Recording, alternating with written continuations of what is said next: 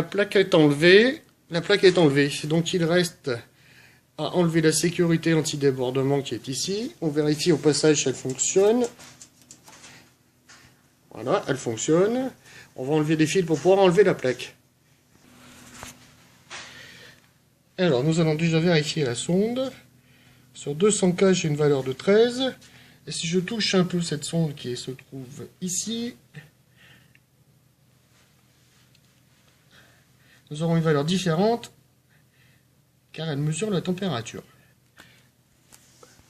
Nous vérifions l'électrovanne d'arrivée d'eau, qui est ici, à l'aide toujours du multimètre. Donc, elle est bonne sur le multimètre. J'ai une valeur de 3,6 quand je mesure. Ensuite, la pompe d'évacuation qui se situe ici. Donc là, c'est facile à voir. Là, un fil débranché et l'autre qui est un peu retiré. Quand je mesure au multimètre, en mettant sur 20K, je trouve une valeur positive encore. Donc, c'est que la pompe d'évacuation fonctionne bien.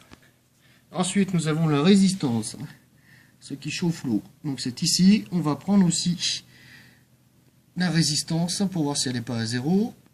Alors, sur 2000, j'ai une valeur de 0,30 à la lecture, à la prise de mesure. Donc c'est que la résistance est bonne. Nous procédons de la même façon pour ce petit électrovanne. Donc nous cherchons toujours une résistance sur les deux bornes.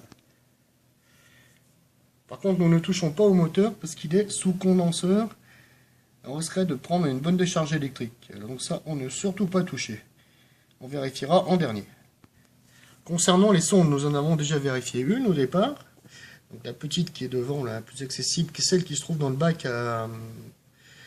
où l'eau s'écoule à l'intérieur du lave-vaisselle. Donc elle ressort ici. Deux petites vis qui la tiennent. Et un fil. Donc ça nous a permis de la vérifier très rapidement. Par contre, il y en a une seconde qui est ici, un peu plus bas. Nous allons vérifier aussi. Ainsi qu'une troisième qui est cachée derrière le moteur. Il faudra carrément l'enlever.